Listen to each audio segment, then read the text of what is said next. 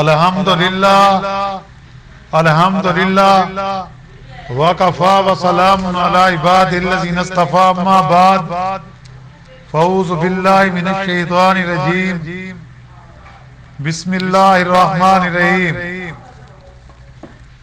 ولوطا اذ قال لقومه انکم لتاتون الفاحشة ما سبقکم بها من احد من العالمین.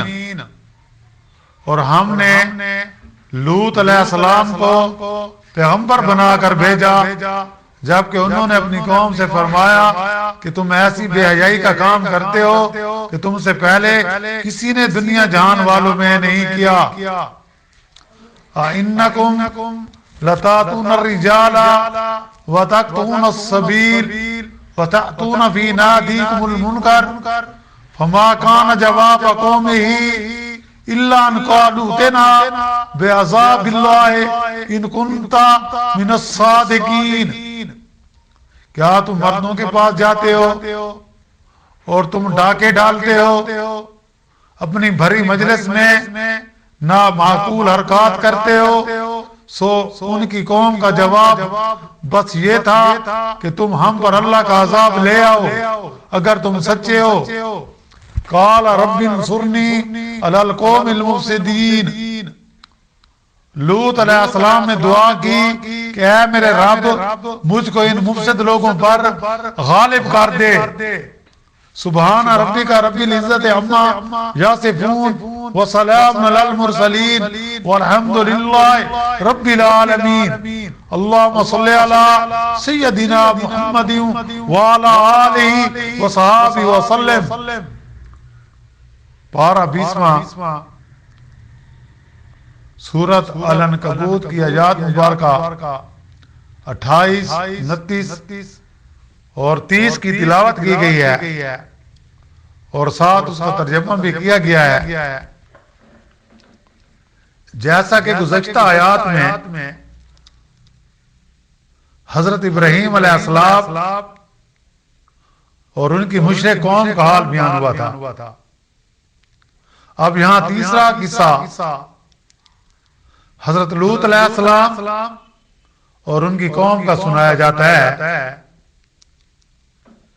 جیسا کہ گزشتہ دروس میں ذکر ہو چکا ہے کہ حضرت لوط علیہ السلام حضرت ابراہیم علیہ السلام کے حقیقی بھتیجے تھے اور بابل سے ہجرت کر کے شام حضرت ابراہیم علیہ السلام کے ہمراہ آئے تھے.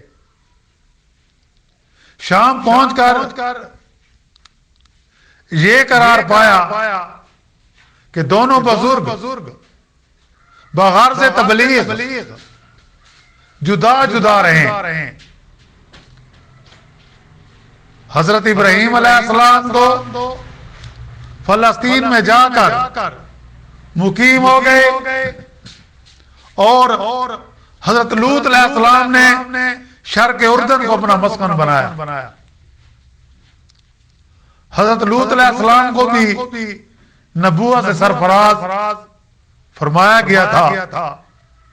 اس لیے آپ اللہ کے پیغمبر کی حیثیت سے شرق اردن کے علاقہ صدوم اور عمورہ بغرض تبلیغ دین حنیف چلے گئے. یہ بات ذہن میں رہے کہ حضرت ابراہیم علیہ السلام رسول بھی تھے اور نبی بھی تھے. حضرت لوط علیہ السلام نبی تھے اور حضرت ابراہیم علیہ السلام کی شریعت کے تابع تھے. تو اردن کی وہ جانب جہاں بحیرہ مردار یا بحر لوط واقع ہے یہی وہ جگہ ہے جہاں صدوم اور عمورہ کی بستیاں واقع تھیں. آج بھی اردن میں یہ بستیوں کے نشان ہیں. بحیرہ مردار جس کو کہتے ہیں آج وہ اردن کے قریب ہے. یہ یعنی کہ عبرت کے لیے اللہ تعالیٰ نے ان کو قائم رکھا ہوا ہے.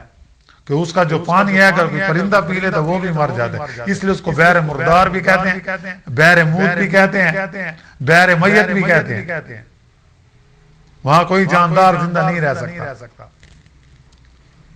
تو حضرت لوط علیہ السلام نے جب صدوم میں آ کر قیام کیا تو دیکھا یہاں کے باشندے حد درجہ بد اخلاق ہیں، گناہ میں مبتلا ہیں۔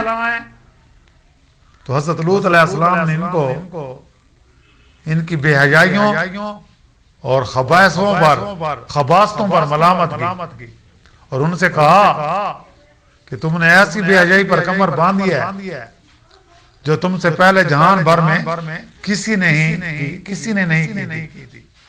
یعنی کہ حضرت لوط علیہ السلام جس قوم میں گئے تبلیغ کی غار سے، وہ قوم ایک تو شرک میں مبتلا تھی، دوسرے اور بھی برائیوں میں، اور ایک ایسی برائی تھی اس سے پہلے کوئی قوم بھی اس میں مبتلا نہیں ہوئی تھی، وہ ہم جنس پرستی تھی، جس کو آج یورپ میں انہوں نے قانونی حیثیت دی ہوئی ہے۔ تو آپ نے ان کو کہا تمہیں شرم نہیں آتی کہ تم نے انسانیت کی جڑ کاٹ کر رکھ دی؟ یہ کیا حیا سوز حرکت ہے کہ تم مردوں کے پاس اپنی نفسانی خواہشات پوری کرنے آتے ہو؟ تمہاری شیطانی حرکات کے ڈر سے لوگوں نے اس طرف کے راستوں سے گزرنا چھوڑ دیا ہے۔ تم اپنی بھری محفلوں میں بے حیائی کے مرتکب ہوتے ہو۔ تم نے حیا و شرم کو اٹھا کر بالائے طاق رکھ دیا ہے۔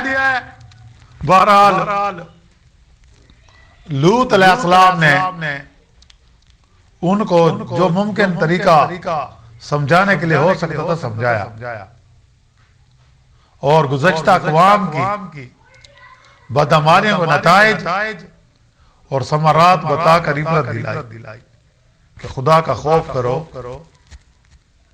تم سے پہلی قوم میں تو ایک برائی تھی شرک والی، اور وہ اللہ نے نیست و نابود کر دی،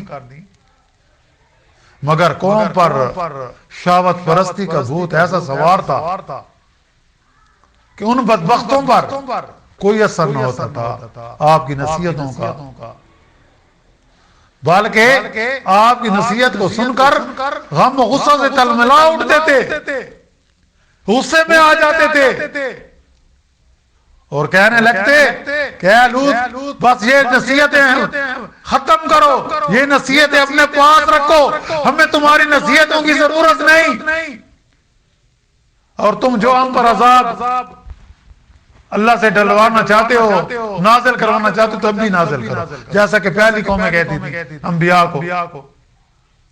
اگر ہمارے ان اعمال سے تمہارا اللہ ناراض ہے تو عذاب لا کر دکھلاؤ، جس کا ذکر کر کے بار بار ہم کو ڈراتے ہو، ہماری عیش پرستی میں دخل اندازی کرتے ہو۔ اگر تم واقعی اپنے قول میں سچے ہو تو ایسا کر دکھاؤ۔ حقیقت یہ ہے اس منحوس قوم کی عقل پر چربی چاہ گئی تھی، وہ عیش و عزت کے نشے میں مست تھے، ان کے دل و دماغ مسخ ہو چکے تھے، اچھے برے کی تمیز ختم ہو چکی تھی، شر اور خیر کا امتیاز ان سے اٹھ گیا تھا۔ تو حضرت لوط علیہ السلام اگرچہ حضرت ابراہیم علیہ السلام کے حقیقی بھتیجے تھے اور ان کے پیرو تھے،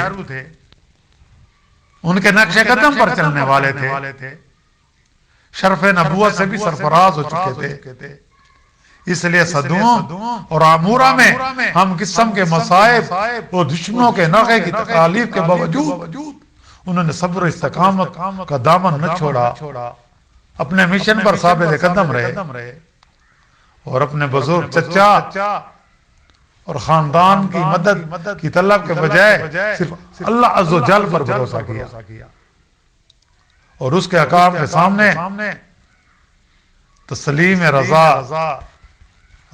تسلیم کا ثبوت دیا، اور بارگاہ رب العزت میں عرض کیا کہ اے میرے پروردگار، یہ لوگ تباہی اور فساد پھیلانے میں تلے ہوئے ہیں، میری کچھ نہیں سنتے، اے میرے پروردگار سوائے تیرا میرا کوئی مددگار نہیں، تیرے سوا میرا کوئی حامی نہیں، تیرے سوا میری کوئی مشکل کشائی کرنے والا نہیں، تیرے سوا میرا کوئی حاجت روا نہیں، میں تیرے سوا کس سے کہوں، میں تیرے سوا کس کے در پر جاؤں، اے میرے رب میری مدد فرما، مجھے اس مفسد قوم پر غالب فرما۔ مراد کیا تھا کہ اب ان میں اور مجھ میں نکھیڑا کر دے۔ تو پھر آگے کیا ہوا انشاءاللہ اس کا ذکر ہم انشاءاللہ آئندہ درس میں کریں گے۔ اللہ تعالیٰ سے دعا ہے کہ اللہ تعالیٰ ہمیں ہر قسم کی برائی سے اور ایسی بد اخلاقیوں سے محفوظ رکھے، اور اپنے فضل و کرم سے اور اپنی غیبی مدد سے ہم سب کی حفاظت فرمائے، ہمارے بچوں کی حفاظت فرمائے، ہمارے جاننے والوں کی حفاظت فرمائے، اور ہماری آنے والی نسلوں کو بھی ایسی برائی سے محفوظ رکھے۔ وآخر دعوانا ان الحمدللہ رب العالمین۔ اللہم ربنا آتنا فی الدنیا حسنۃ وفی الآخرۃ حسنۃ وقنا عذاب النار وادخلنا الجنة مع الابرار یا عزیز یا غفار یا رب العالمین۔ ربنا لا تؤاخذنا ان نسینا واخطأنا ربنا ولا تحمل علينا إصرا كما حملته على الذين من قبلنا ربنا ولا تحملنا ما لا طاقة لنا به واعف عنا واغفر لنا وارحمنا أنت مولانا فانصرنا على القوم الكافرين۔ رب اغفر لي ولوالدي وللمؤمنين والمؤمنات والمسلمين والمسلمات الأحياء منهم والأموات ربنا تقبل منا إنك أنت السميع العليم وتب علينا إنك أنت التواب الرحيم۔ صلى الله تعالى على خير خلق محمد وآله وصحبه أجمعين برحمتك يا أرحم الراحمين۔